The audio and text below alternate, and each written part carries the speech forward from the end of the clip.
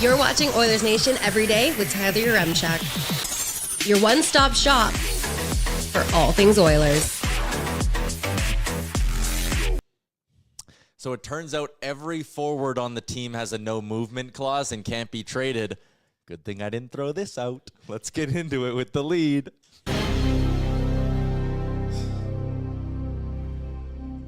Just dump Victor Arvidsson.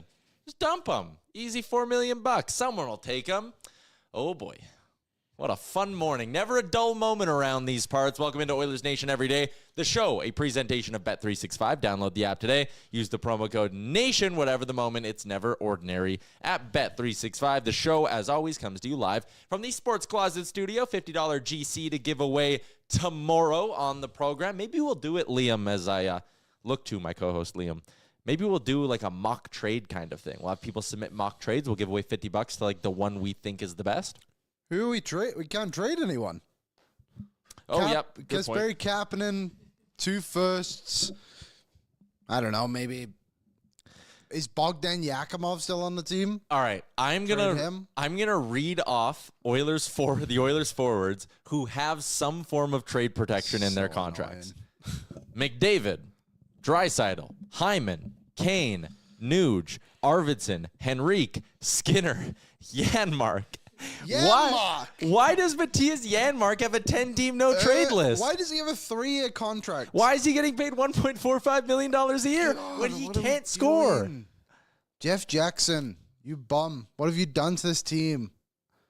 God, I can't stand that we're here. Like it's legit. All I've thought about all morning is this. It's legitimately bothering you. It really is because it's just dumb. Like we're in such a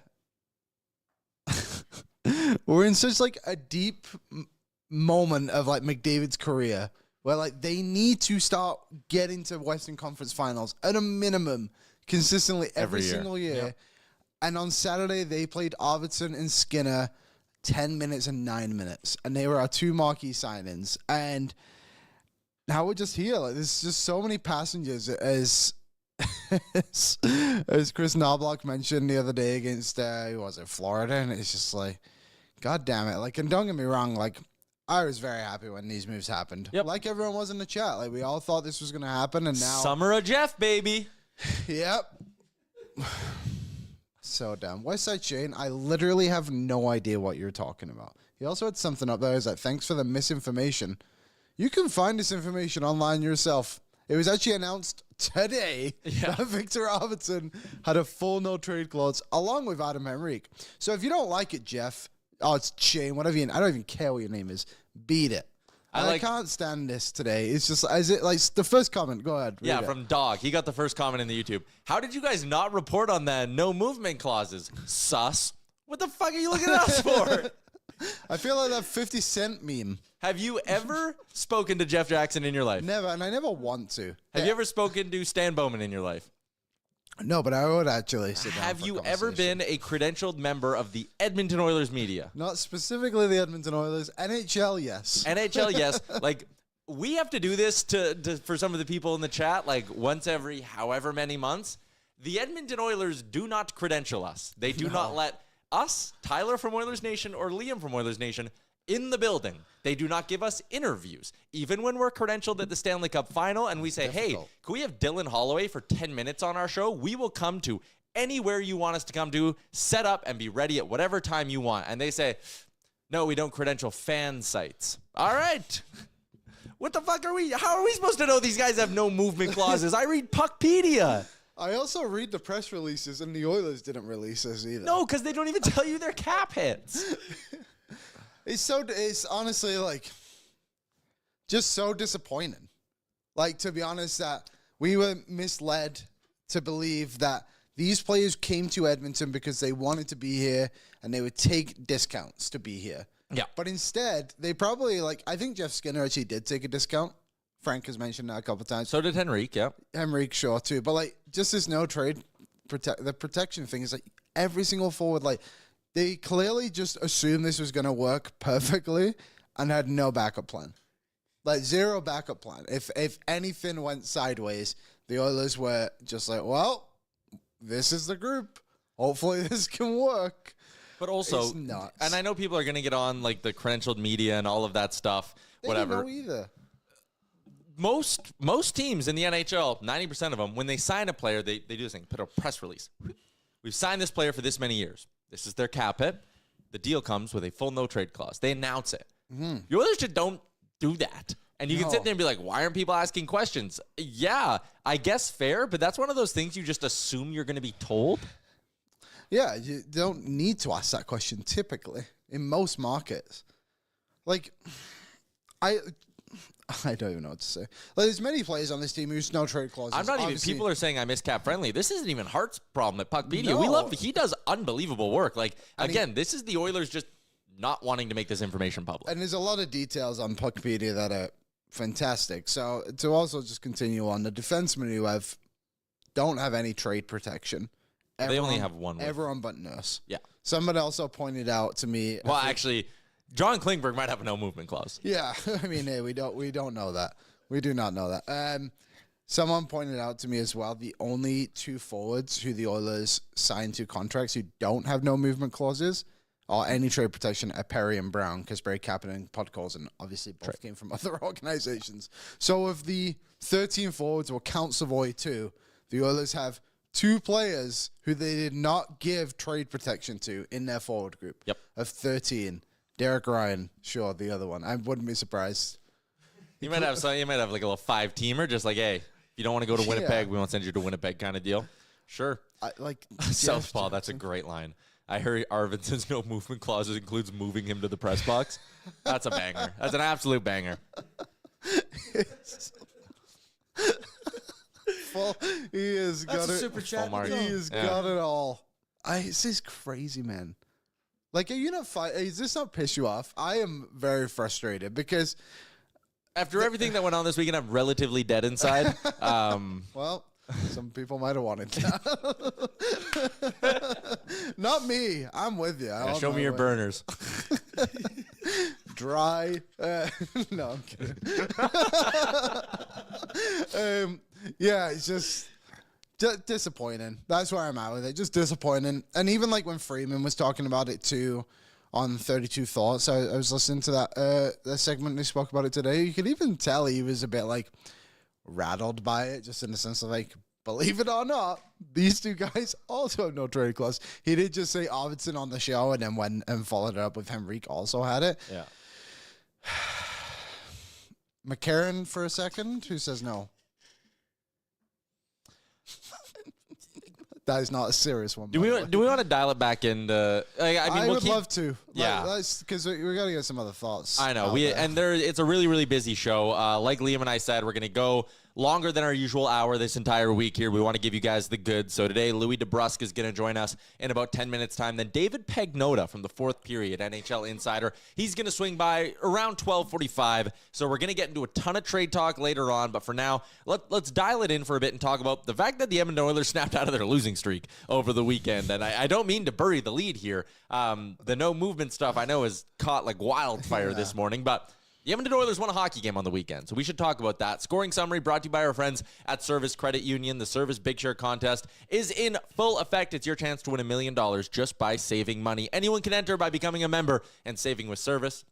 Every $500 saved gets you 5 entries into the Service Big Share Contest. Contest ends April 30th, 2025. Skill test required. For rules, visit service.ca/win as we look back on what was a win for the Edmonton Oilers, and they got going early with Adam Henrique has passed Brett Kulak in goals this season. Congratulations, Boom. Adam. If he keeps scoring like this, I don't care if he has a no movement clause. But a nice little piece of work by Matthias Janmark shorthanded to buy some time, and then just a bad rebound by Freddie Anderson. And finally, an Oilers bottom 6 player gets a bounce, which they've played poorly. They haven't deserved bounces, you could say, but a big part of them not producing has also been bad luck. So nice to see one just go in for Adam Henrique. And hey, who knows? If he can get hot here in the final 20 games, maybe he still ends up scoring you 15 goals this year or something like that. I mean, it'll take a lot, but again, nice bounce, shorthanded goal. PK's been asked for the past couple weeks. Nice.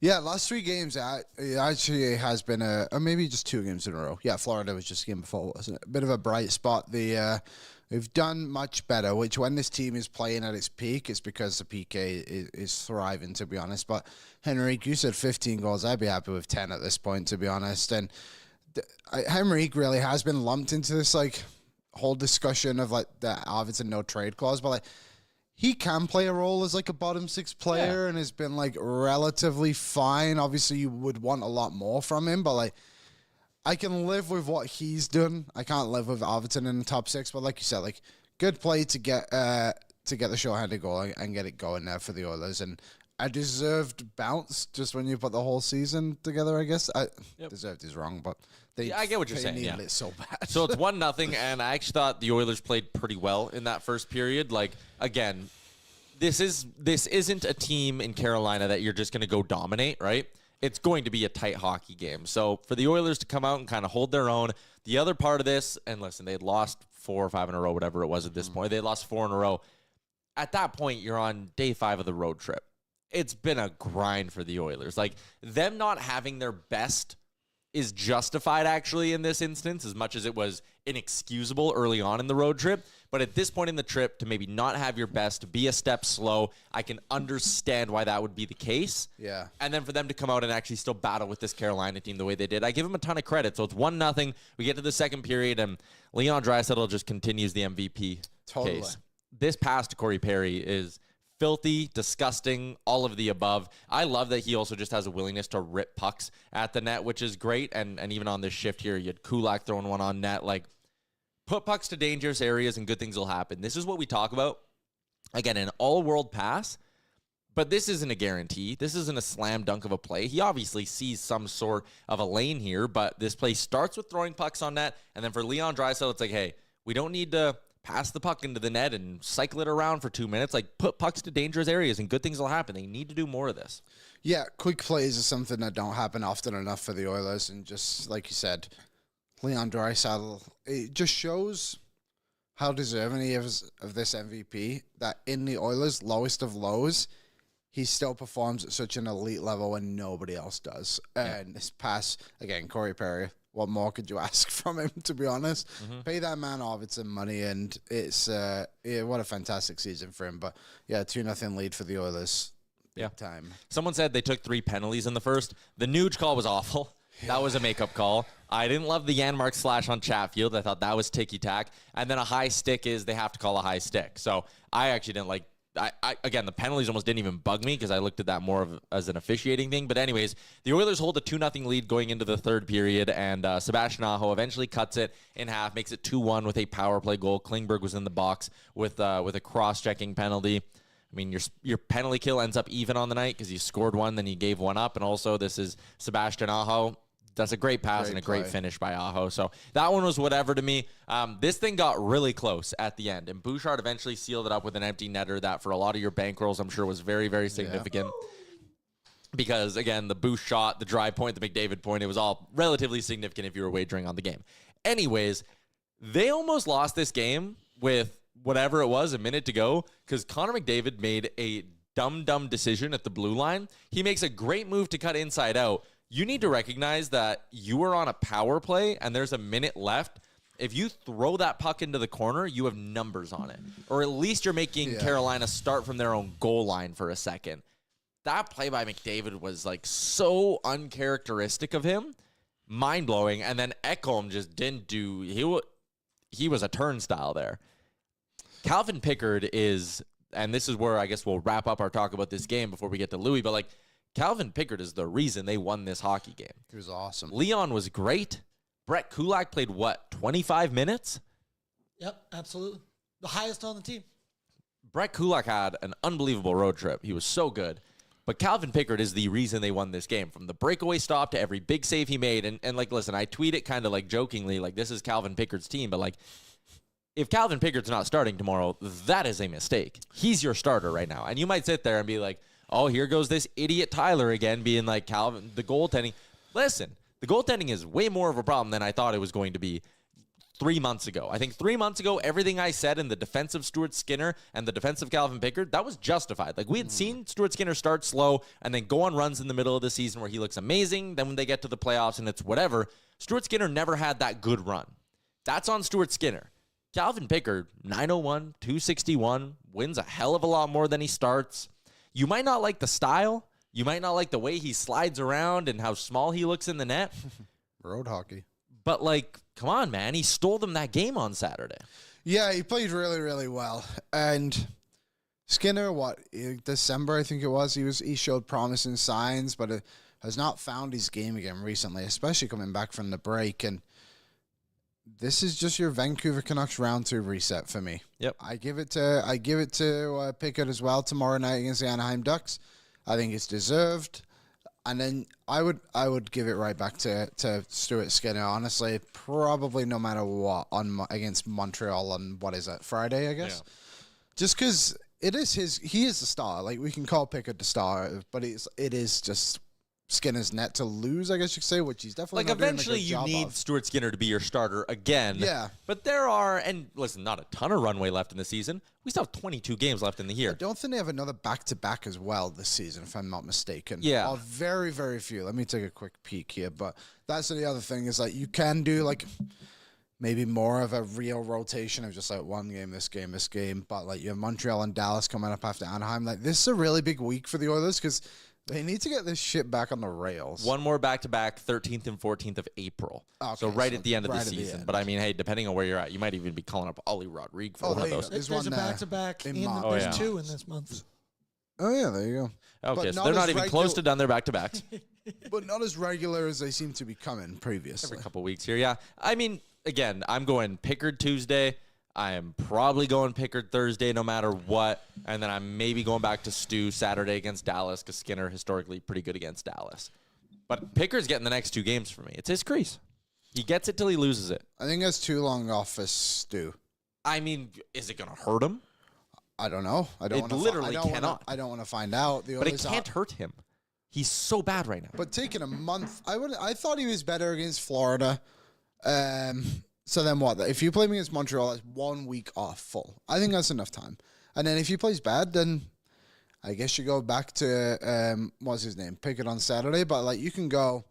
So Pickard gets these 2 games, the Anaheim one and obviously the one on Saturday. Then you do Stu for the next 2. Give Pickard back to Buffalo, and then you have back-to-back. So you actually have a pretty good rotation there. Otherwise, maybe you screw it up a little bit. I don't know. Like, I would go back to Stu no matter what Thursday. Pickard, Stu, Pickard. That's the way I'd handle the next I also think, like, being back home is going to make a big difference. Like Hopefully. you said, like the road trip. McDavid hasn't been home for 3 weeks. Yeah, like almost 4 if we're being, like, 3.5 weeks. Whatever it's crazy. it would be. Like, that's a big change. So, yeah, that's what I would do. But, hey, if Pickard comes out and plays awesome again, I guess then it's a larger conversation. Yeah. The team just needs to play better in general in front of Skinner and Pickard, to be honest. Like they said, that turnover on the McDavid one at the end, like the one part of it that seems to have been overshadowed too is like he could have just skated out the zone and reset. They were basically just killing the clock at that point. Yeah. He did not need to even dump the puck or like lose possession. He could have just easily just like, okay, boys, we're resetting and I'm going to come back in flying. There's another 15 seconds off the clock. Yeah. That's all you needed to do. Instead, you got poke checked, and then all of a sudden, you're putting Pickard in a terrible spot, which they've done to both goalies over this last week. All right, let's continue this conversation and get out to our weekly appearance with Louie DeBrusk. It's brought to you by Charm Diamond Centers, proudly Canadian-owned and operated since 1972 with more than 85 locations across the country through Charm and their sister brands. And you can get a custom ring built and delivered in less than 4 weeks with the Charm Masterpiece program. It all comes with their unbeatable pricing policy. It's springtime, Liam. Love is in the air. It sure is. Maybe not around Edmonton right now, but I'm sure in other parts. For more information, go to charmdiamondcenters.com as we bring in Sportsnet analyst, former NHLer, Louie DeBrusk to the show. Louie, as always, appreciate you popping on. Let me start with this. Is this Calvin Pickard's team now? I don't know if it's his team, but he put up a great effort for their first win in a while, and I think it was pretty telling when he put his arm up in the air after the game, and you could tell that everybody was going through it, and nobody's immune to it, right? Doesn't matter who you are on the team. Even a guy like Leon Draisaitl that is the one guy that's firing all cylinders right now and seems to score at will. He, it was just nice to get that kind of monkey off the back, so to speak, and get that for and get off the schneid. You lose 5 in a row, you don't feel too good, and it hasn't happened to this team for a while. So that was a big win. But yeah, if the goalie goes in there and plays Well, no, I see that, and I know that they have these start scheduled throughout the year, so they kind of know where the goaltender is going to start, who's going to start, when they're going to start. But that doesn't mean that can't change. And right now, when you're fighting for wins, you're trying to find some sort of a groove.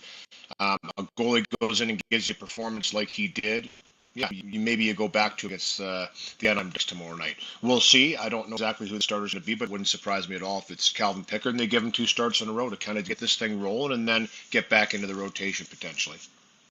Another guy who I thought was just unbelievable this weekend was Brett Kulak. And I mean, I think he's had a really good year, but 25 minutes the other night. And I mean, this season, he's up 5 minutes per game from what he was playing last year. Like, he has stepped up in a big way for this blue line. It's amazing what confidence does, eh? We talk about that, and he's really feeling good about his game. I think he's feeling good about where he is on the team and his impact and his role in the team. Darnell Nurse, those are not easy skates to fill, so to speak. He logs a lot of minutes. He logs a lot of minutes against the best on the opposition, plays a hard physical game. But Brett Kulak has the ability to fill in there, and he did a really nice job. We continually were talking about him. He made continuous plays in that game where you just went, that's just a real solid play. He was up on the offense. He wasn't afraid to get involved, was impactful on the goal that made it 2-0 by Perry. You know, these are all these things. It's not just the defense, it's the offense, but it's the confidence that he's playing the game with. And his skating ability is the number one thing. And that's something Paul Coffey, you know, talking to him early on when he took over the defense of this team, he really encouraged these guys to be a group within the group. And he said, listen, we can be a lot better collectively. We can be a lot better individually. And if we do that, we're going to give this team a chance to win most nights because we're going to be defending better and we're going to be putting up some numbers offensively. And for Brett Kulak, I think it just really resonated with him. You know, it's funny. There's a lot of conversation that goes on the bench between the defenseman and the coach. And, you know, it's kind of, he's kept it light. He's kept it light in that regard. And talking to Brett Kulak about it over the last couple of years, he's really liked it. It's really kind of resonated with him, and it showed in his play. So this is a guy that's coming into, you know, a stage of his career where he's been around now for a while. He's a grizzled vet. And, you know, you don't look at him that way necessarily, but you look at it and you go, wow, this guy's been through some things through his career. And now it's showing that he's just taken his game to another level and he's starting to play that consistent game, which is so needed right now. It's so needed by this team. You know, you need guys to step up when things aren't going well. You need guys to step up when you have injuries. And Brett Kulak stepped up in a big way with one of their big D-men out. Mm-hmm. Victor Arvidsson is the topic of conversation today in Edmonton, to say the least, after the news of his contract coming out. And obviously he's not played up to the standards of where the Oilers need him to be. If you look at the start of the road trip, he started the road trip with 15 minutes, finished it with 10 minutes of time on ice. What is one thing you think he needs to do to, I guess, win the fan base back over, I guess you could say? Snap out of it. Yeah, you know, well, here's the one thing I will say. You know, when these players sign these contracts, and especially older players, right? I know Adam Henrique's name's come up too as well. And these guys, when they sign contracts with teams respectively, there's options out there for players like that when they're looking to sign a contract later in their career, potentially at the end of their career. So they want that security. They want that security of saying, hey, if I come here, you're not just going to get rid of me after like 5 months, 6 months if it doesn't work out. So that's the mentality of players and for the team that signs these players when they come into that situation. And I think people have to understand that in order to get them to come to you in the first place, which it could have taken off and been great. It hasn't been, and we know that now. But when you first looked at the deal, you go, you know, this guy's been a 30-goal scorer in the career. He's an energizer bunny playing with the likes of McDavid, Draisaitl, Nugent Hopkins, and the offensive players in this team. You automatically think, if you go back 7 months, you're like, hey, this could work out really well. It just hasn't. Okay, hasn't. So, and that happens sometimes, and it's a real hard pill to swallow. It doesn't go. Oh, did we lose Louie? Okay. All right. Okay, we'll just we'll reset a little bit, but do we maybe have him back? Oh, hey, we do have Louie back. Sorry, Louie, just your internet cut out in the middle of that answer on Arvidsson, but continue. Oh, now you're muted. Okay. I haven't had one all day, but my apologies. What I'm going to say about Arvidsson is this. I would say he needs to simplify. The one thing I've liked about his game, and if you go back and you look at the last few games, he's had a little burr in his saddle. He's had a little chippiness, and this team needs that desperately. It needs it desperately. But it was Victor Arvidsson that seemed to get things going in Tampa Bay, seemed to get things going, Florida. He was aggressive and he was chippy. He was coming into the scrums. How many scrums did we see in the last 3 games? Not many, right? But I'll bet you Arvidsson was involved in 2 or 3 or 4 of them. Maybe 4 of them now that I'm thinking off the top of my head. So he's starting to get a little agitated, which I don't mind. I don't mind that at all. I don't mind a guy not being happy with the situation. Simplify. He seems to want to overcomplicate a lot of things on the ice when he's on the ice. He wants to make the perfect drop pass. He wants to bring it to no. A lot of times he's flipping it back. It's missing its intended target.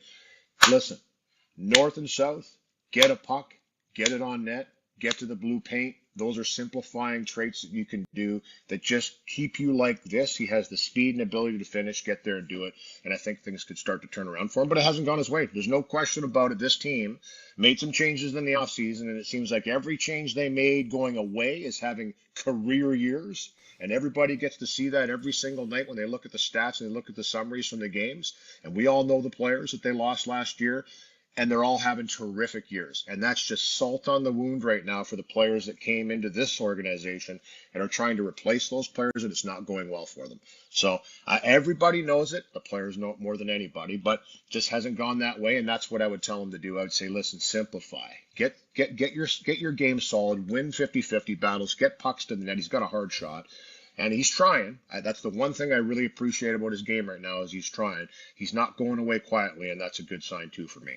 Yeah, I think too, just to follow up on that, like you look back at the last 2 years of players who haven't been scoring goals. Connor Brown and Vasily Podkolzin, I think, are 2 great examples from back-to-back seasons. But all fans see is top effort every single night, and they weren't scoring. But people are like, hey, like he's effective. He's still forechecking hard. You see in this on the penalty kill, whatever it may be. Is like, I think that's what's like frustrated all those fans. Is like you're not seeing that from Arvidsson consistently enough. But hey, if that comes in the playoffs too, then I don't think anyone will care what he gets paid. To be honest, if he shows up. That's the thing, right?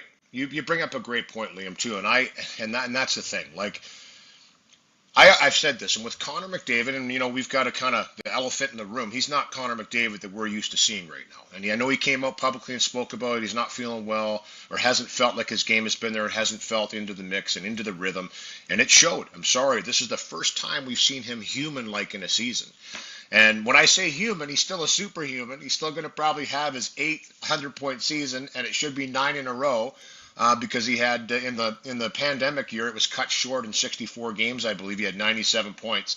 So, this should be 9 consecutive 100-point seasons for Connor McDavid.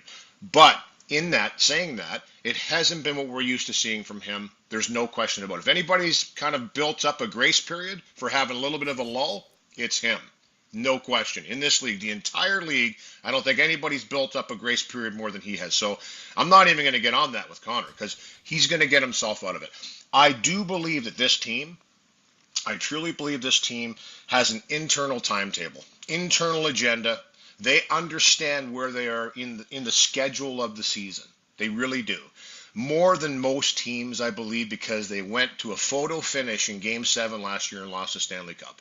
So you can't get any closer than that last year. Rips your guts out, rips your hearts out. And I don't think people truly understand how hard that is to get over and build yourself back up for what is about to come here for this team. This is a team internally that knows they're going to have to dig in hard again. And it's going to be a grind every single day.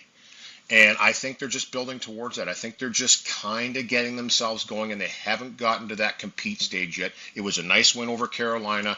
This stretch into the playoffs is typically where this team starts to finish it off, hone their skills, and get themselves going into the playoffs. But in saying that, when Connor McDavid isn't up here like we're used to seeing him, you need other players to step up. You need other guys to step up and finish pucks. So you talk about Podkolzin, you talk about Brown. I love their games. I love the energy. I love what they bring. But you've got to put the puck in the net sometimes. You've got to finish some plays, and you've got to be productive in that regard. A big assist for Podkolzin, I know the other night. He's still around it, but that puck just isn't going the net for him. But that's down the list. Adam Henrique got off the schneid with a shorthanded goal. I mean, they need to start getting some production. Ryan Nugent-Hopkins needs to step up. Arvidsson, as you've mentioned, needs to step up. Zach Hyman finally gets that goal the other night, gets one taken away, but he's starting to sniff around the net again. They need the masses to come back here and start to be productive. Because if they don't, you can't just keep relying on Leon Draisaitl right now and waiting for Connor to kind of have that breakout game that we're all knowing is going to happen eventually. Everybody that plays them knows it's going to happen one of these games where he just goes off, because he's going to. But you can't sit there and wait for it. You've got to have other guys that are stepping up and producing and taking a little more responsibility in that regard. And that would be, for me, putting all the players we just talked about in that group. Trust me, they're frustrated right now. They're feeling it. They want to be those guys. But this is the time when they need to start putting that, a little bit extra and finding that way. And it hasn't been easy because they've been playing good teams. So we'll see what happens in the next few games if they can kind of turn it around, because the deadline is looming. And you know that Stan Bowman, Jeff Jackson, right now, they're kicking tires and they're looking around to try and make this team better. And they're not going to sit on their hands if an opportunity comes up. I have a deadline question I want to ask you, but I know you wanted to have a conversation about Matt Savoy. Louie, they call up a 22-year-old, they play him in the top 6 for a couple of games, and then he sits in the press box for 2 nights. To me, that's bonkers. He needs to play. Am I missing something here, or do you agree that we can't have a 20? We did this with Dylan Holloway, didn't we? He was playing 7 minutes a night for stretches, and it was I know the NHL is not a developmental league, but at some point here, if you want good young players to contribute, you have to give them the opportunity to contribute, don't you? Loved his game. I'll be honest with that. I talked about him a lot in the games that he was in. Didn't know a lot about Matt Savoy. You're seeing him for the first time, for me personally, watching him in NHL games. And I was really impressed with the plays that he made. I was impressed with the way he thought the game. I was impressed with the way he got himself to spots and didn't put himself in bad positions as an undersized guy to get hit. We talked about him at length last time. So I agree with you, Ty. I do. But I also think with the way the team was playing and the negativity around the team and the feeling around the team, I don't know if they wanted a young guy to be in that environment. I don't know if they wanted him to be kind of this is his first taste of hockey in the NHL with the Edmonton Oilers. And it hasn't gone very well. And there's a lot of things that are not kind of clicking right here. And I think maybe they just wanted him to be on the outside looking. I think they know what they have in him as a player. He's still green and young. But I was thinking the same thing. Excuse me. I thought the same thing. I thought, why would you not have him in there for a couple more games just to get that? He was sniffing on that first goal, by the way. I would tell you that in the offensive zone, he made, I would count probably 6, 7 really intelligent, solid plays that easily could have led to points. That's not easy to do at this league. So I liked what he did, and I agree with you, but I think there's always a method to the madness that we don't always understand. Sometimes I'll talk to Chris Knobloch after, and I'll go in there definitively with something in my mind saying, why would you do this? And we have our own opinions, but he'll say something, you'll go, I never kind of looked at it that way. Of course. Okay, cool. I'm going to just back off on that because I see what you're trying to do there. There's a method. They wanted to get him some games. I think he's going to play more games in the NHL. I think he's going to be a very solid player, too, with the way he thinks the game. Still really young, and he's going to learn on the fly. But I know what you're saying. I kind of wanted to see him in there, too, because I wanted to see him get that first goal because I think he was really close.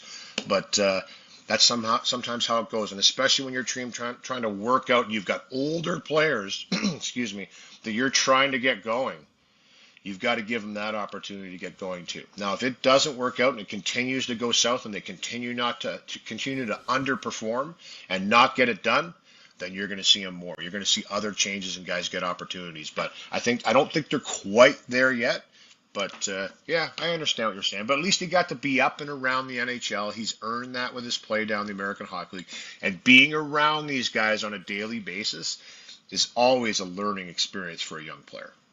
I do. He was back at practice today in a top 6 jersey, and I think Podkolzin was on the other part of that line. But I do think the archetype for a line that can work around Leon Draisaitl, and it's a number of years ago now, but when Kyler Yamamoto had that run with Draisaitl, it was okay, that's because he was a worker bee. And he would go whatever size he was, force turnovers, go to the net. And if the Oilers can get that, maybe it's Podkolzin.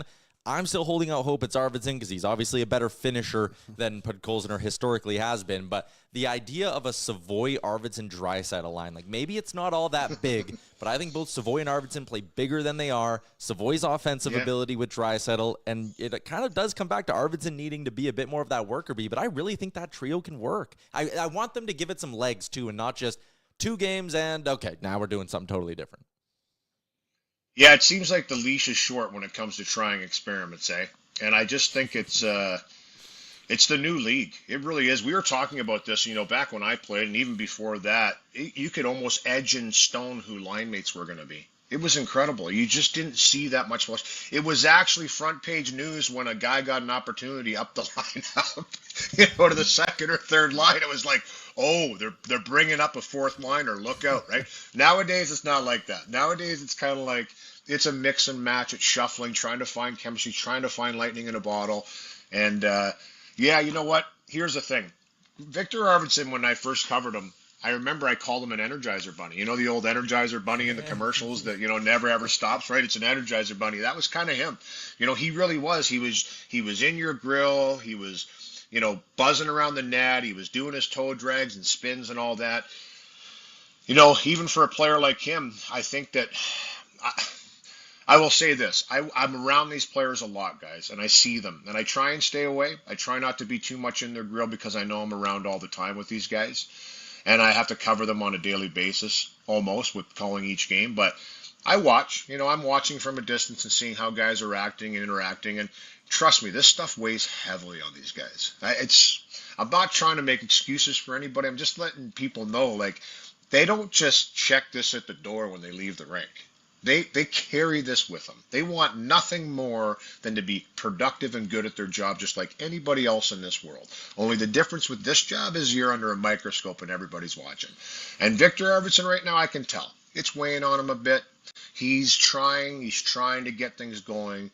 I like his energy, I like his buzz, and I like the fact that he's getting involved and starting to get in scrums and just trying to do something. That, to me, is a sign of a player that is willing to do a little bit more to try and be productive, and that's always a good sign. So, listen, we all want to see the puck go in for him. We want to see the puck go in for a lot of guys on this team, and maybe it turns around this week at home.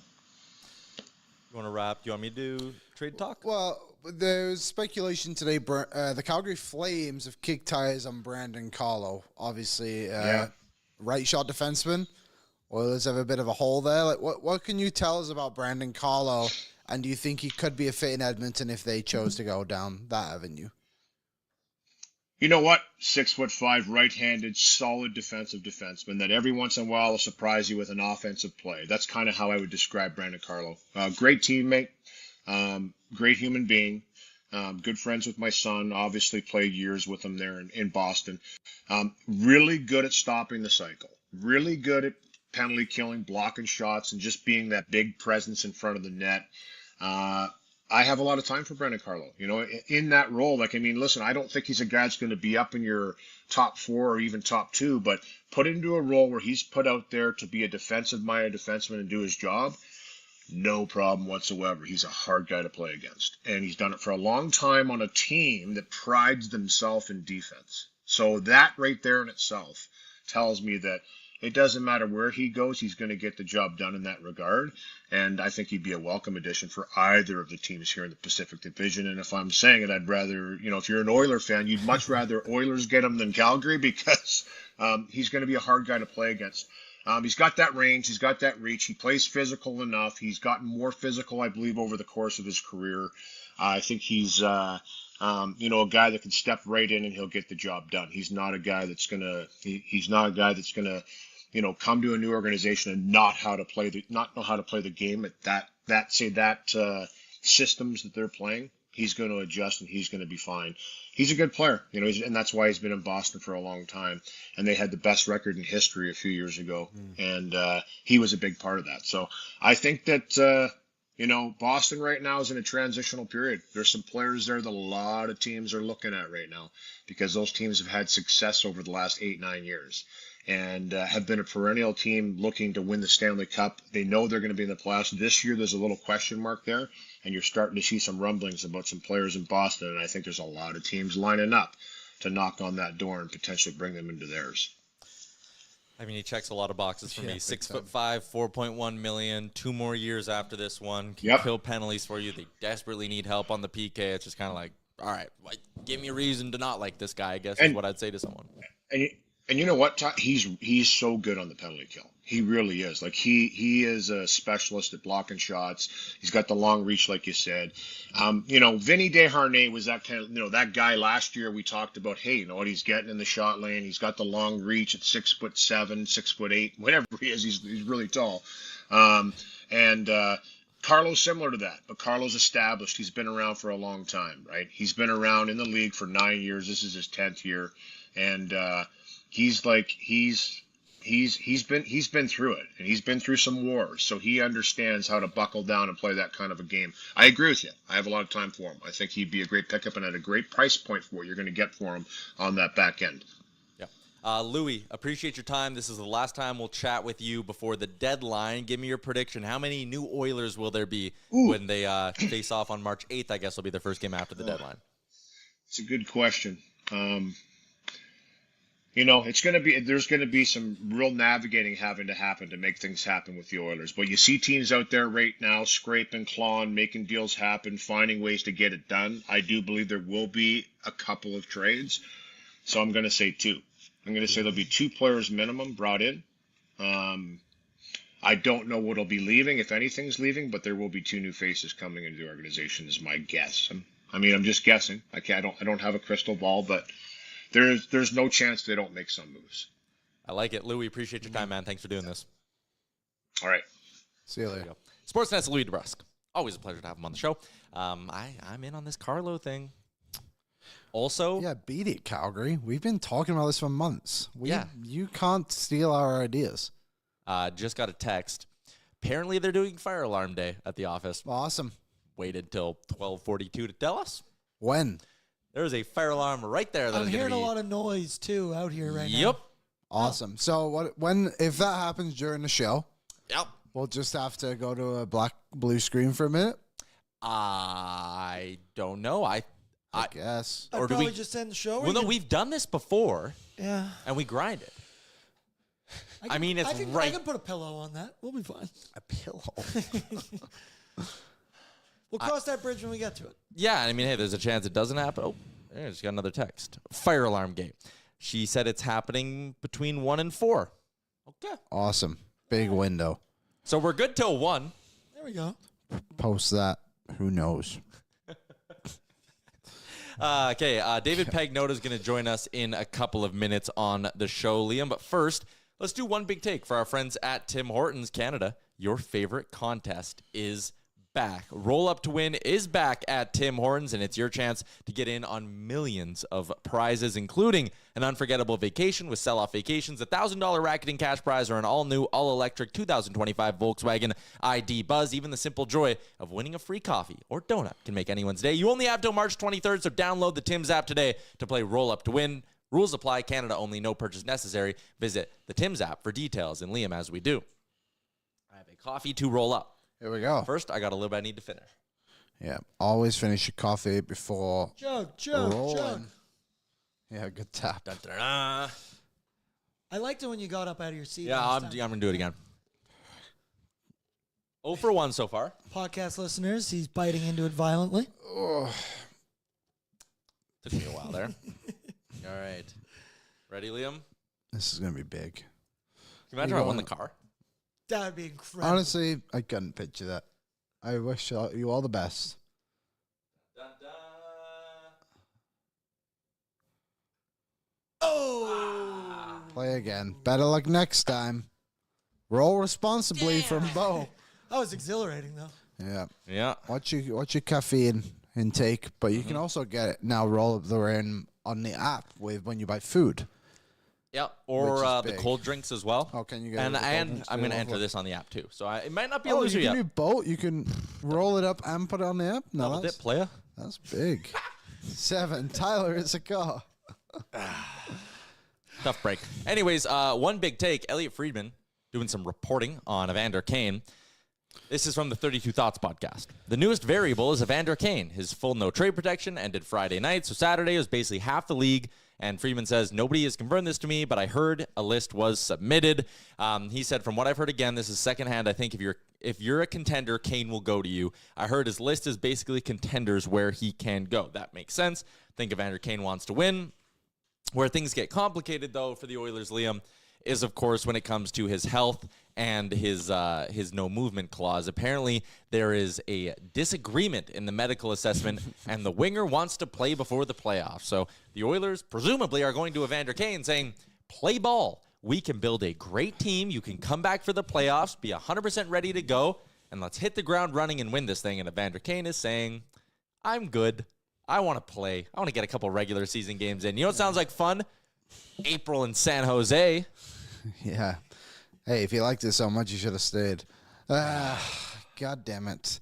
Come on, Evander, please. What is going on? For all of us here that are so desperate for a Stanley Cup. You can't trade Arvidsson. You can't trade Henrique. You can't trade Skinner.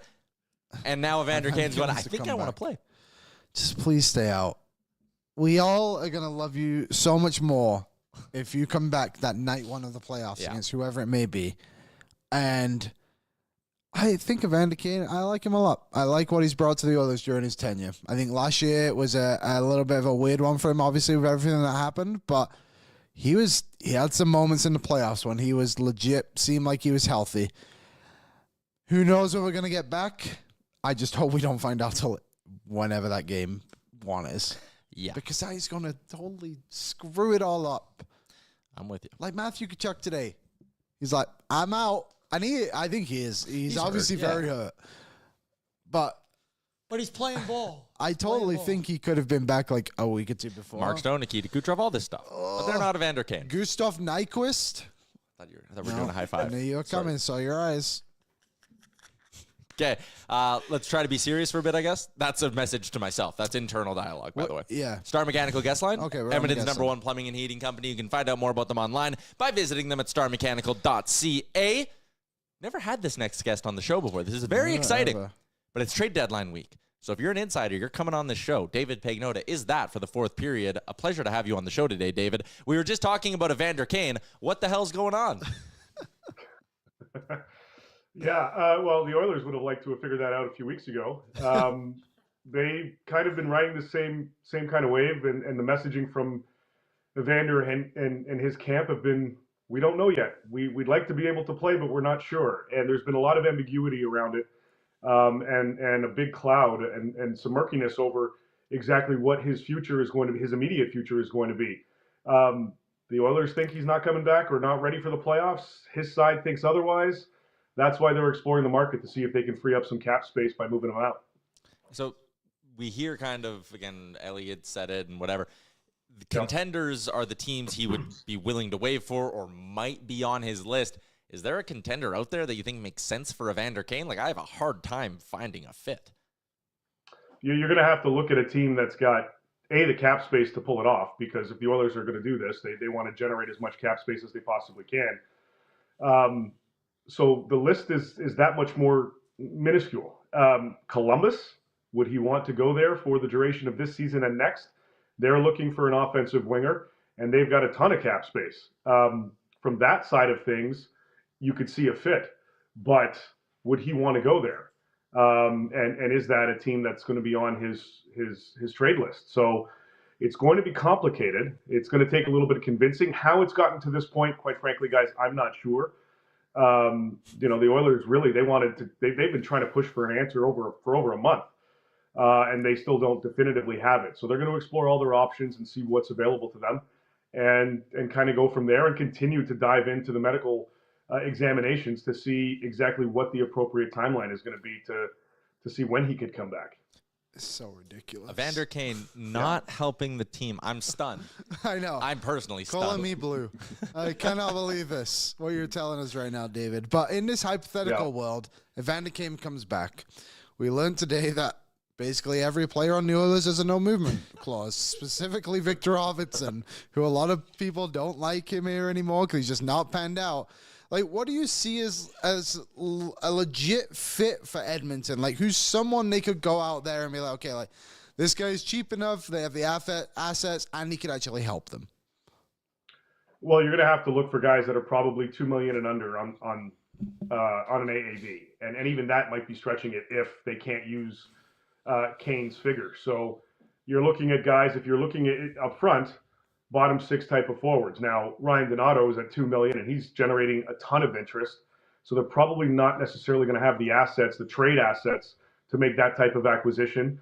We know the Canadians have been looking at moving Jake Evans and his $1.7 million cap hit, but they have put a very high price on him because of the figure and his production this offseason, plus what he's capable of doing in the extra frame once we get to game 83 and on, from a two-way side of things. Add his speed to the mix. He's also an attractive piece, but he's going to be pricey from, again, an asset acquisition cost perspective. So I mean, those are two potentials, but you're going to have to pay up to get some of these guys because of the cap implications that are there. It's much more palatable to bring in somebody that's making that type of money versus others. You know, Luke Kunin in San Jose, although he's over, I believe he's over $2 million on as a cap hit. So even that's going to be a bit of a struggle. Without additional cap space, it's going to be bargain hunting for Stan Bowman and the Oilers. I know that's not what everybody wants to hear, but you know, really, I mean, Kane's $1.25 million cap hit is making life exceedingly difficult for Bowman and the staff.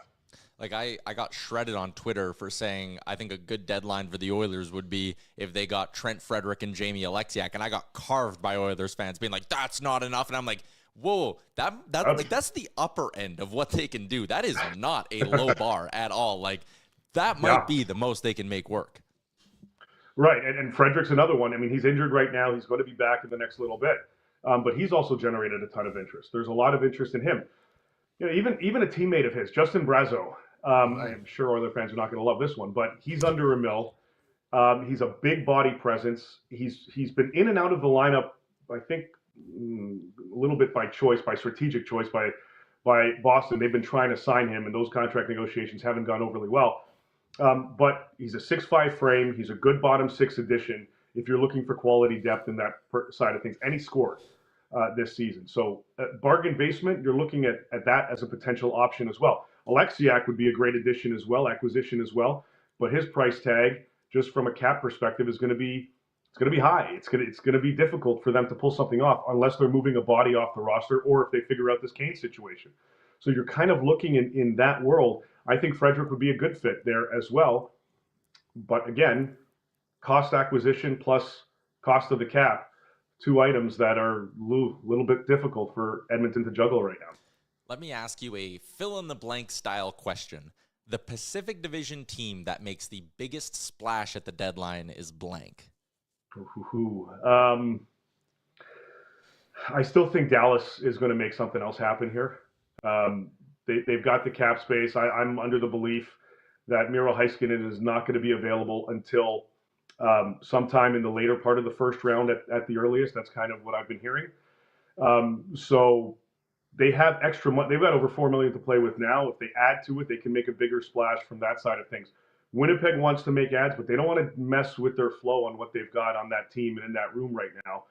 If they do anything big, it's also going to cost them a pretty good young asset as well. And Barlow is a player that's name has been bouncing around. Maverick Bourque is a player in Dallas that they've been kind of dangling for a bigger fish. So that's something to kind of look at as well. I do think the Oilers would love to do something. It's just, again, you've got to figure out how to maneuver this little cap situation you're dealing with. And then, of course, you've got Vegas, and every year they seem to pull something off, and everyone's just kind of waiting to see what happens this time. Yeah, Vegas is always just such a whatever, no pain pun intended. in our ass. Well, sure, pain in our ass, yeah. 54-minute mark of our show. We even touched on the Seth Jones deal once, but this is a good spot to do it. Did any part of that surprise you, from the retention to the return to the landing spot with him going to Florida? Return, possibly. I mean, maybe a little bit. I think we knew from the get-go, going back to January when these conversations started, with Chicago, that Florida was one of the teams in the mix. I think it was Florida, Dallas, Colorado were the three teams kind of there from almost the start. And whatever direction he was going to go in, Chicago was willing and made it known that they were willing to retain some of that deal. They weren't going to go close to half, but they were willing to retain some. It ended up being $2.5 million, bringing his cap hit down to $7 million.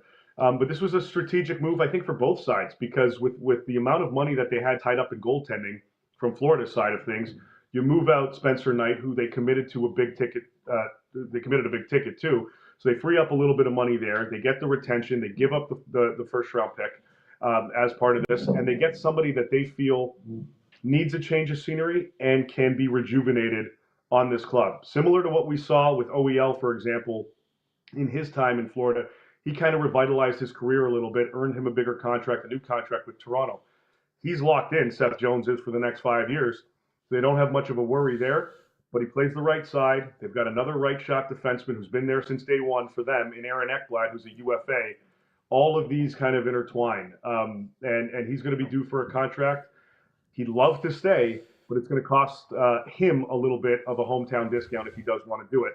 So they've got a little bit of cushion there if he does end up moving on to have Seth Jones in an environment that they feel is a great fit for him. I guess last one for you, and again, you can find all of David's coverage of the deadline at thefourthperiod.com. Your deadline primer, sort of deadline week primer, I should say, is out now as well. Give me a wild card for this Friday. Who's a team? And listen, we've been stunned over the last handful of years. I think about Vegas with Hurdle. I even think about something like Middlestat for Byram, and it's interesting to hear both those guys' names out there as well. But who's a team or a GM out there that you think is maybe getting a bit of an itchy trigger finger that might do something that surprises us? I mean, I look at the Canadians. Even though they have those pieces that they're willing to move from the depth side of things on the rental market, they've been pretty active in looking at guys that have term, younger guys in their mid to early 20s that are going to fit this group moving forward. And it wouldn't surprise me, and they've done it in the last few years. We saw with Line A and Doc and Newhook. Those were all off-season type of moves, but it wouldn't surprise me to see them try to squeeze something out now ahead of the deadline. At the very least, it gets them a head start on stuff around draft time. I'm looking at the Habs from that side of things.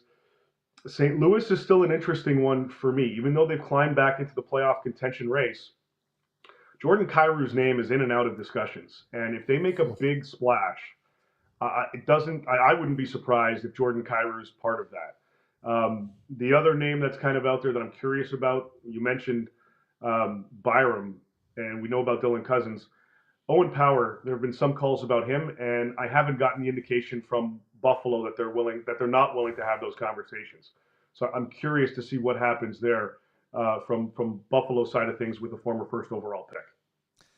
I mean, it feels like if any GM's going to do something, I don't want to say stupid's not a good word, brash. If he's going to do something, it's Kevin Adams, right? Like if he's maybe taking his last few swings here, because I don't think it's unfair to assume that his job is on the line at some point in the next few months here. Like the fact that JJ Peterka's name is out there is like bananas to me.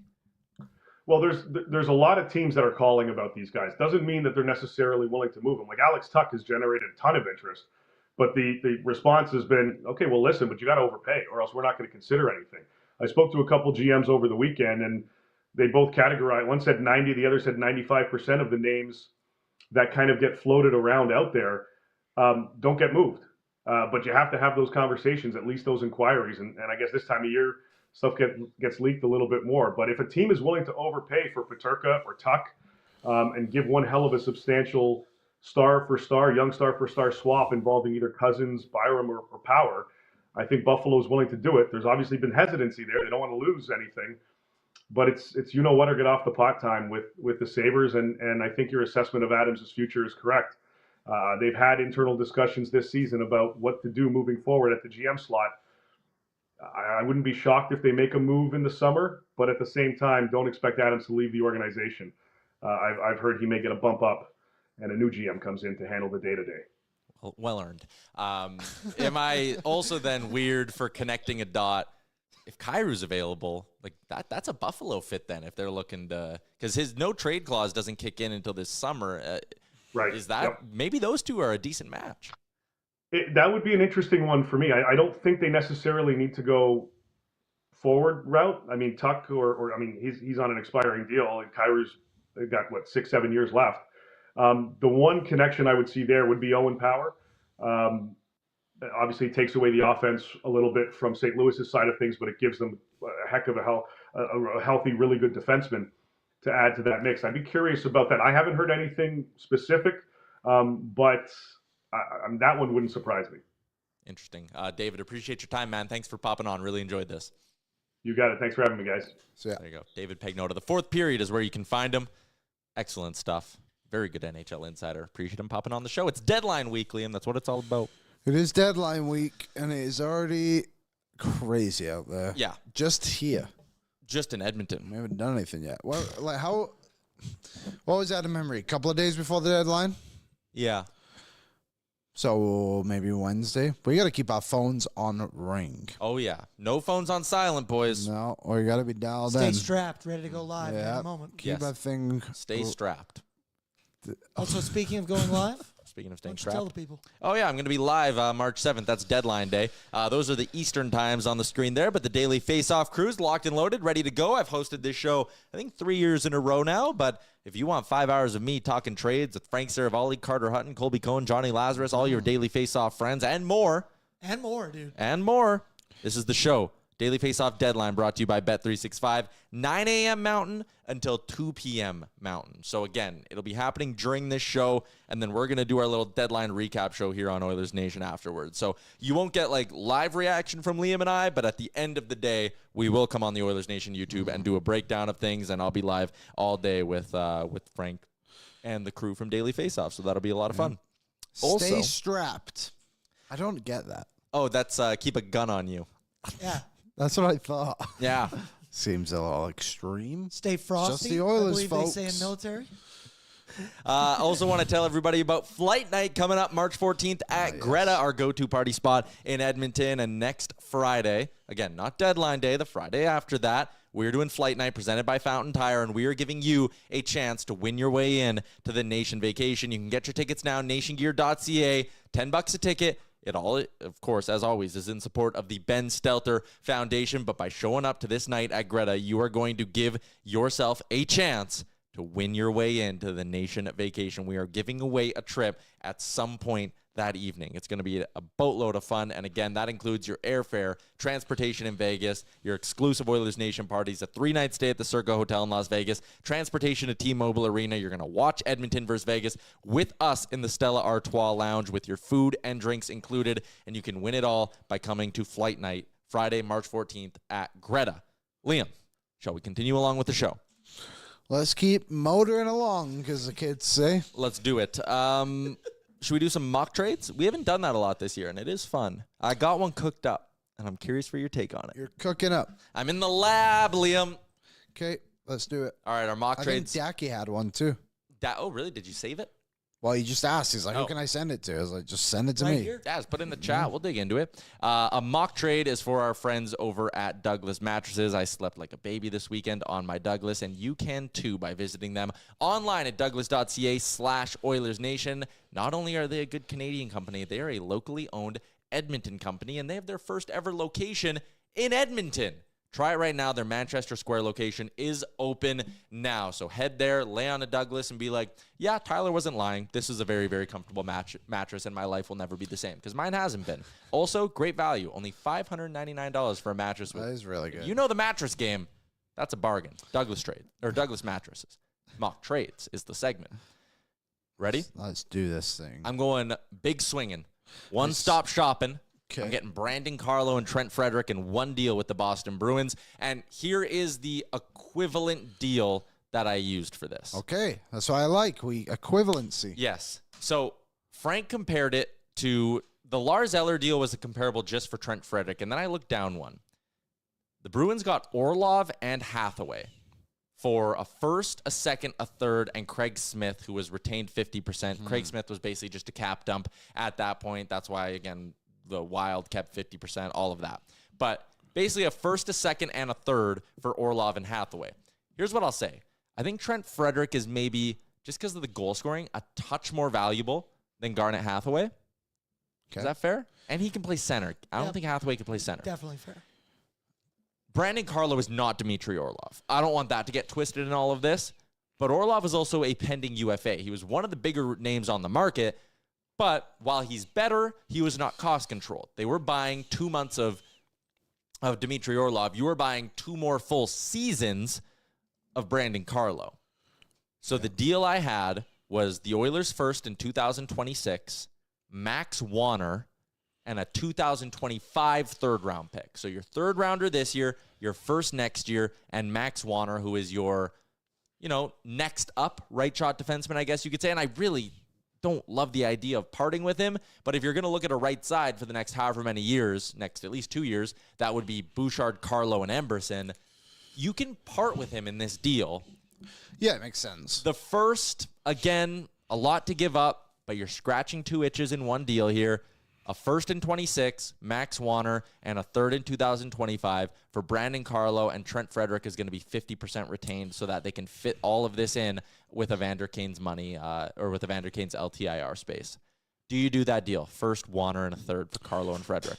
Yeah, I don't think it's like that crazy of a deal. Can you just explain the money to me again? So obviously, Brandon Carlo makes 4.1. Frederick is 2.3. Frederick, yeah. I like that you shortened it to Frederick, though. I said Frederick. Oh, I misheard. I like Frederick. Frederick. Frederick? I actually like that. So Frederick is 2.3. So if you retain him down, that's 1.15. Yep. And Carlo's 4.1. So in total, that would be $5.25 million. Go to Puckpedia right now for the Oilers. They have $5.163 million in LTIR space. So we're living in the world where Kane doesn't come back. Kane is not coming back in this world. Yes. That makes sense now then to me. And then you're basically, I know that's like $150,000 off, but then you're just going to probably send down Matt Savoy, and you're good. And you can actually run with 8 defensemen, too. You don't even have to put Stetcher, Emberson on, or Stetcher, Klingberg on waivers. Yeah, send down Savoy, send down Kapanen. Yep. Either one of them. Send down either one of the forwards. Or, I mean, if you really want to put Troy Stetcher on waivers and you're fine. Yeah, I actually don't think this is that crazy of a deal. What I will say is just from looking, and the upside is obviously more there with Frederick, who is a few years younger. Mm-hmm. I'm trying to think. Hathaway. So Hathaway was traded 2 years ago. Yeah. He's now 33. So he would have been 31. Yeah. So he's 4 years older than what Trent Frederick is right now. Yep. They had the same amount of goals that season going into the trade deadline. 9. Obviously, there's the idea that Frederick has been close to 20 goals in back-to-back seasons prior to this. I think if you up it to a second and maybe throw in like another late round pick or something like that instead of the third, then I think that probably increases the value a bit more. And the other side of it too is, like you said, like it's never ideal to give up your first round pick, and you don't want to just do it for nothing, but you get the extension on Carlo with the cap going up so much, having a $4.1 million defenseman on top of having Ty Emerson, he's probably about $2 million at the most. You got $6 million on that side. And then even if Bouchard costs you 9, you just it's pay justifiable with the other guys you have. A $15 million right side of your blue line that you're very happy with is very easy to stomach. Yeah. I think this next week is going to be huge for Boston. I really don't think they'll make any deals until the deadline comes. I think this is probably a bit more fair than people are giving it credit for, because now Boston can just quickly turn this rebuild that I wouldn't even call it a retool, I guess we can call it, right? And it all get those two guys who have that Bruins mentality of like winning, and that is so valuable, and people seem to undervalue it a lot. And I know Louie mentioned it there, but like, an organization like the Bruins has just been good forever. Mm-hmm. And they just get it. And it's due to the culture they have there. And I think if the Oilers can get 2 guys like that, especially like Carlo, he's been there for a part of that team for a while. Did he go to the Cup final with them? I would imagine he probably would have been. Or maybe the year after. Let's look really quickly here. I like when we race to Google things. I'm on it. He went with them. Very Yes. cool in the room. 2019, he went there, had 4 points. Played 24 games, though. Averaged 21 minutes. Wow. That's good. Playoff guy? Yeah, I like the deal. I think you would have to up the picks just slightly, but I'd be more than willing to move a first and a second to get those 2 players. And I know people are gonna throw Frederick's analytics at me and stuff like that, and he's definitely not the fleetest of foot, but you can't measure heart. People won't like that, but yeah, that physicality, and people have mentioned it in our chat, is they missed that with Vander Kane, and something I've brought up too. But with Frederick, he's only 27. He doesn't have the injury history of Kane. That bite is something the others are going to miss big time if they can't get if they move on from Vander Kane hypothetically and don't have that back. They're already missing it so much. Yeah. There was a rumor, and I just saw Zach wrote about it. Oilers could be interested in goalie Peter Mrazek. Frank talked about this on DFO Live today. So the Blackhawks, who got Spencer Knight in that Seth Jones deal, now with Mrazek out the door, with Mrazek there, they have 3 goalies, and Brossois on IR too. He's probably that best goalie. Yeah, I don't think he's coming back. But No. so Mrazek, Spencer Knight, Arvid Soderblom. Like, I would like to take a stab at Arvid Soderblom personally. Here's my thing with Soderblom. He's unproven. Well, 2 things. Number 1, his brother says they have a different last name than what Arvid has told us. So is he a bad communicator? So he's a liar. Yeah. That's not good. The second thing is, didn't he have like the worst save percentage by a goalie ever? See, here's my thing is he bounced back and he's having a good season. He's only 25. He's only 25. How old's Stuart Skinner? 26. Okay. So what you're telling me is we want to acquire a goaltender in Arvid Soderblom, allegedly, that had a bad season last season and he's now doing well this season. Yep. All right, just wanted to confirm. So my thing was though, like, and it's not even to say I love Soderblom, but he makes more sense than Mrazek because he's $962,000. Agreed. Good Mrazek backup. is 4.25 for one more season. Couldn't be the guy for the Toronto Maple Leafs. They had to pay to get rid of him. Had to attach a first-round pick to get rid of him. And Chicago has no more retention slots. So now, even if the Hawks are saying, hey, we will give away Mrazek for nothing, you need to pay another team to eat probably half of that contract for next season as well. And again, how certain are we that Mrazek is a significant upgrade on Calvin Pickard? Because he has worse numbers. Granted, playing on a worse team, 906 career save percentage, but he couldn't be the guy a couple of years ago in Toronto. He was so bad they had to pay a first-round pick to get out of him. I don't know. You can't. I don't touch Mrazek. The contract stinks, and he's not a proven upgrade. I agree. He has an 890 this season. Like, no. Yeah. Just no. Just Not no. I don't think the goalie trade's happening. And, like, I understand that conversation for sure. Of like, it makes sense, like, why that would spark something. But the Oilers, as we've discussed a lot on the show so far, have such limited space that, like, unfortunately, for many of us, the goaltending has to be like 3rd on the priority list. And because you can't find that proven upgrade. And like John Gibson, sure, like maybe he is better, whatever. But like they literally cannot afford him. You need to go out and find your extra defenseman to make this team better then and just hope that you can kind of shut it down better. I like what Seven said there. What about Jimmy Howard? Yeah, Jimbo. Do you remember that April Fool's joke? I do remember that. That was very, very good. 890, but he plays for the Blackhawks. Okay. Don't care. This is the other thing too. Save The percent. John Gibson thing. And I know Gibson this year is doing very well. Again, he is having a good season. There's no doubt about it. But last season, Dostal had like a 920 and John Gibson had like an 890 and everyone was like, well, he's on the Ducks. So the other goalie's playing well. Oh, and Mackenzie Blackwood has great numbers on the Sharks, and everyone's like, well, yeah, of course. Yeah, and it's just like, I don't know. It's such a, goaltending is such a crazy conversation. Skinner. Even Dacky, what I wouldn't do for Saros. Saros having a bad year. Yeah, they got pulled by Finland. Yeah. Like for Kevin Lankinen. Now, maybe that was the miss. Kevin Lankinen was on the scrap heap. Maybe, but everyone missed.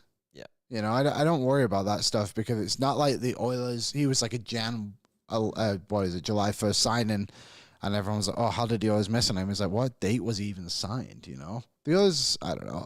I would, Justin Brazel, what do you make of him? I know Wise Kyle. Shout out Wise Kyle. He's been on Justin Brazel for a long time. Obviously, Pagnotta just brought it up. 775,000.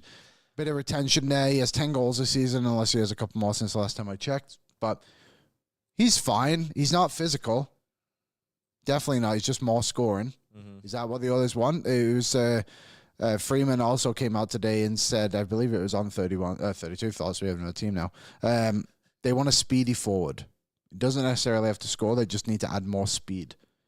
Holloway, Broberg, Vogel, McLeod, any of those guys tickle your fancy? I mean, I would welcome a reunion with Ryan McLeod, if I'm being honest. That was something that was brought up. I'm very curious. I didn't see that too often, but it's the only problem is Edmonton and Buffalo aren't good trading partners. Because they already traded. Like, Buffalo, all the reports are they do not want futures. They want current roster players.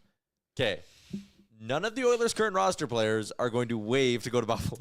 And they all have no movement clauses. So that is so true. Like, who are we sending him? Brown? Well, so that's kind of part of the problem here, and the reason why, like, I watched people just absolutely shit on me for the last 16 hours for suggesting Frederic and Alexiak. Who is the big, like, this deadline kind of sucks. There isn't a Matthias Ekholm level defender out there. There isn't a, whatever you want to call it, top 6 winger out there. Bjorkstrand? But, like, let's go through this list. Like, the Oilers don't have the assets to compete in the bidding war for Brock Nelson. They could go get Scott Lawton. Okay. I like Scott Lawton He did have his last supper over the weekend. That was so good. That was a crazy thing. Okay, Brandon Tanev. Okay, I like Brandon Tanev. I like Jake Evans. But, like, what guy on this board screams bona fide change the complexion of your forward group type of piece? Middlestat? Colorado doesn't like him in a middle 6 role.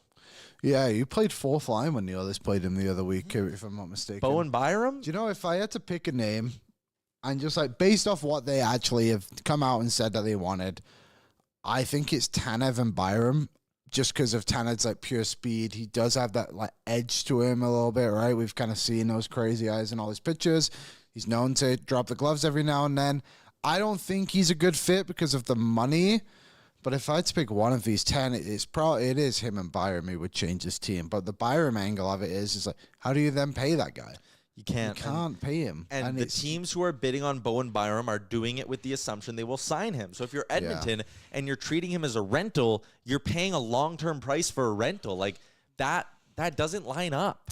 A lot of people saying Ricard Raquel, you were the front runner of that part. And I love Ricard Raquel, but he makes too much money now. Makes too much money. He is, for people who don't know, he makes $5 million.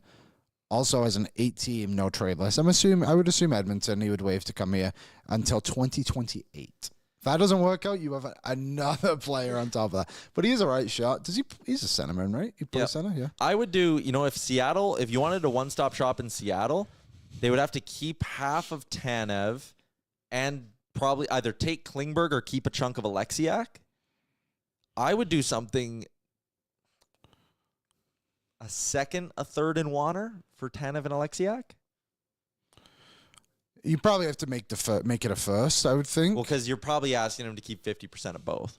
Probably have to first and a second, to be honest. I think a first, a third, and Warner, if they keep 50 on both, I'd be... Warner is but again, then you're giving up asset. And that's why I said in my tweet for for Frederic Alexiak, I was like, the cost might be high. Like, again, you have to pay top of the market price for these guys. I really think that's where it's going because it's a seller's market. There aren't a lot of teams selling, and there aren't a lot of truly impactful players selling. So if you want to get in on the mix and you want to do the dance and you want to sit there on March 7th at 2 o'clock Mountain Time or 3 o'clock Mountain Time and say, look what we did, get ready to pay more than you want to. And again, everyone sits here and goes, Adam Henrique deal, shit deal. Nick Bukestad deal, that was such a shit deal. But if they didn't make those trades, you would have carved them the day after the deadline for not making moves. Like, acquiring players at the deadline sucks. It really does. It's rarely good business. You rarely ever, unless you do lower edition moves that stun you, you rarely ever come out of it going, thank God we made that deadline ad. Matthias Ekholm was a guy with term. That's why it looks good. Because you could sit there for 2-3 years after and go, what a deal. We still have the player. That's why I like Alexiak. That's why I like Carlo, because you're going to be able to sit here March 3rd, 2026 and go, we don't have our first round pick, but thank God we still have the player. The reason you hate Bukestad is because he's gone. And they threw in Kesselring, which was probably stupid. But again, you sit here and want to acquire guys at the deadline, you have to give up prospects that other teams like. So if you sit there and wince and go, I don't want to trade Max Warner, what if he's the next Kesselring? Okay, well, if the player doesn't have upside, no one's going to want to acquire them. I agree. I agree. It's difficult to pull off trades. Yeah. There's no doubt about it. And that's why the other week, Louie came on the show and was just like, and like, I don't agree with this because I think every year you should attempt to make some kind of deals, but he's like, maybe this just isn't the year to go all in. And I don't think that was Louie necessarily saying like they should just stand pat and not make moves, but like, just kind of pick around the edges a little bit. I don't know if, like, the Oilers don't need anyone on that top 10 list to make a change in their lineup. I think they really need to go and find, like, just even like a fourth-line defensive guy, something like that. Someone who, like, when this past week, for example, you go through and everyone's playing so poorly. you know they're going to go out there and they're going to know the details of the game.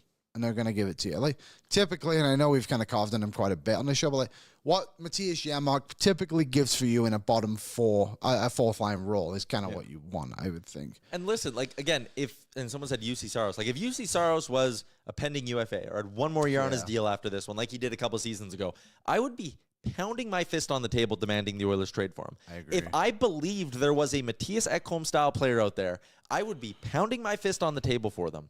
There is just... I don't know if I see anyone on these boards who has me going like they drastically changed the Oilers. And maybe it is that guy. Maybe it's Brad Marchand, actually. I would love him.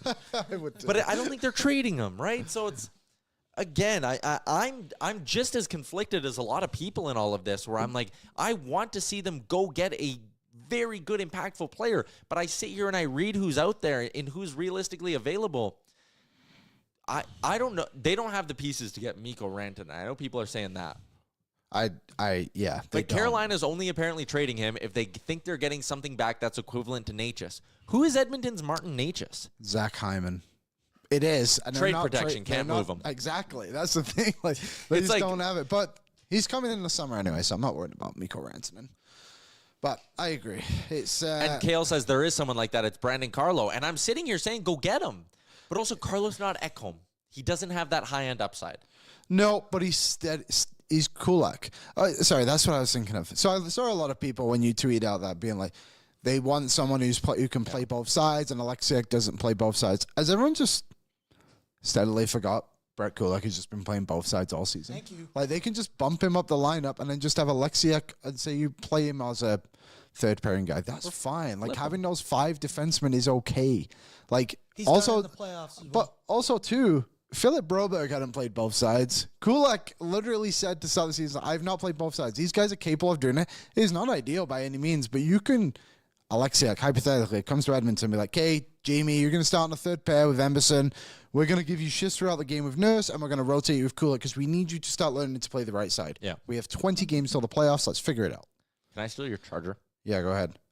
Do we don't have what's trending today, do we? No, we don't. Why? Is there something you want? We got to wrap up. I just want to give a quick shout out 'Kay. to a gentleman named Colson Genkenbach. You recognize that name? Colson Gengenbach, Calgary Dino's finest. Just signed a tryout with the Manitoba Moose. Shout out after, Colson. I'm assuming the Dinos must be out of the playoffs. They got now. bounced by the Golden Bears a couple weeks ago. So this is a guy who was traded, played for 4 different junior A teams in the AJHL. Wow. Camrose, Spruce Grove, Fort McMurray, and Drayton Valley. Spent 4 years at the University of Calgary. And just a credit to him to kind of keep grinding away. He's from Edmonton, played Southside, and now he has a tryout at the AHL level. Like, who knows what it becomes? But either way, like, that's a cool story. I hope it works out for him. I don't know him at all, but that's neat. Yeah, he was Calgary's kind of best player this whole season. Yeah, Colson he's a good Gengenbach, player. He's really solid. He's stocky, like but he moves well. Yes, he does. He's not like a 6'4" power forward, but he's a guy who can get to places because of his size still. Yeah, he's a solid player. Yeah, really good player. Really like him. Okay, tomorrow's the Sherwood Ford Giant game day edition of the program. Edmonton, Anaheim, back in Edmonton as well. I think I'm going to the game. And again, I feel like I haven't been at Rogers Place in like 8 weeks. It's very, very weird. The players probably feel that way as well. So tomorrow, Sherwood Ford Giant game day edition of the show. We'll have all that stuff from our friends at Sherwood Ford, everything that we usually do. One more time, show presentation of Bet365. Download the app today. Use the promo code NATION. Whatever the moment, it's never ordinary at Bet365. Let me give the people what I'm betting on today. I like the Lightning as plus 135 dogs against the Panthers. I think Tampa keeps their hot streak going, wins a 9th in a row. And I like the Leafs at minus 135 on the puck line. Play them together. It's plus 309. Bing, bang, boom. Have a little bit more money in your bankroll to bet on the Oily Boys tomorrow. Kale, the Golden Bears stomped the Cougars on Saturday, too. They're rolling. And then they got eliminated on Sunday by the Cougars. So the Golden Bears are done. No way. It is a... Mount Royal? Yeah, MRU beat them. Mount Royal is a good team. They finished ahead of them in the I standings. thought they were good bad. No, they're good. MRU has some... Clay Hanus is like the high... He led the country or led the conference in scoring in the regular season. He's a D-man. Wow. Yeah.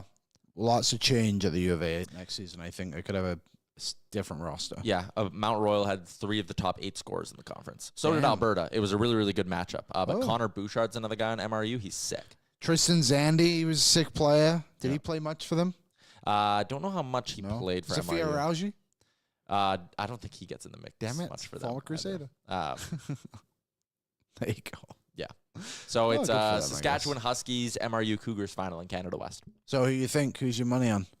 Saskatchewan. Saskatchewan? Okay. Yeah, Roddy Ross is really, really good. Between Oh, the pipes. Roddy Ross. What a goalie. Yeah. Okay, that's a wrap on today's edition of the show. Again, promised you guys we'd go late every day this week. We're going to stick with that tomorrow. Devin Dubnyk. It's cool. Maybe a former friend will swing by. Really? Yeah, we'll see. Oh, wow. Could be anyone. Could be anybody. Wednesday, Frank. I'm hoping Demers Thursday. So we got a loaded up week here. It's deadline time, though. And again, if the Oilers make any sort of a big move, we'll be going live to talk about it, too. So we got that. Everybody in the YouTube, you're great. Shout out to Louie. Shout out to David Pagnotta for swinging on tomorrow. Right back here, Sherwood Ford Giant Game Day edition of the show at noon Mountain Time. We'll see you then. Oil up.